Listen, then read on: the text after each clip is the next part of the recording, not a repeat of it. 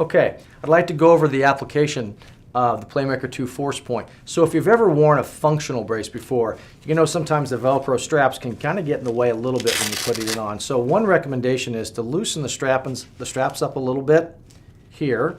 So that way when you're sliding it on, the Velcro doesn't get on your shirt and it's a lot easier to apply the brace. And I've got my favorite athlete here, Nick Gomez, who's going to show us exactly how to put this on. And you can see the Velcro is very aggressive, so that way, while it's on, it's going to stay on. There we go, Nick. Slide it on. Slide it right on.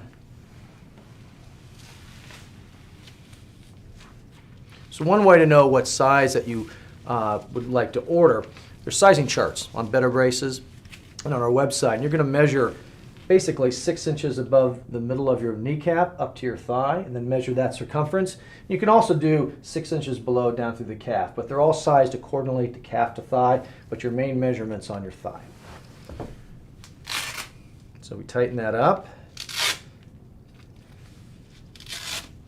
The material on the Playmaker II is very breathable. It's a dry text material, so when you're in hot or very humid areas, you're able to have the knee breathe, you're able to wear it for a long period of time, so it's very comfortable in, say, very extreme conditions.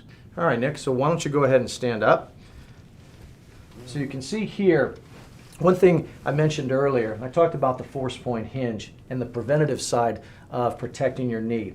Force point allows you, when you're going from some flexion, so once you get a little bit flexed here in your knee, and as you go into full extension, that's when you tend to have a lot of risk for tearing your ACL. And a lot of people tend to land fully extended, like this. Force point gives you a little bit of a dampening effect as you go from a flexed position to a fully extended position, and by helping your flexion angles, you're minimizing your chance of ACL injury. And that's why we see a lot of people use this hinge for preventative measures, and after they've had an ACL injury, to also use this type of a hinge called force point to minimize their chance of injury. So Tom, how do I clean this brace? It's real simple, Nick. All you have to do is take it off, put it in the sink, use some mild soap and a washcloth, hot water, cold water, it really doesn't make any difference.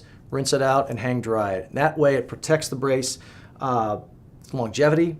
You have about a 6-month warranty on the brace, so the more you wash it and keep it clean, the longer that you're going to have it. Real simple.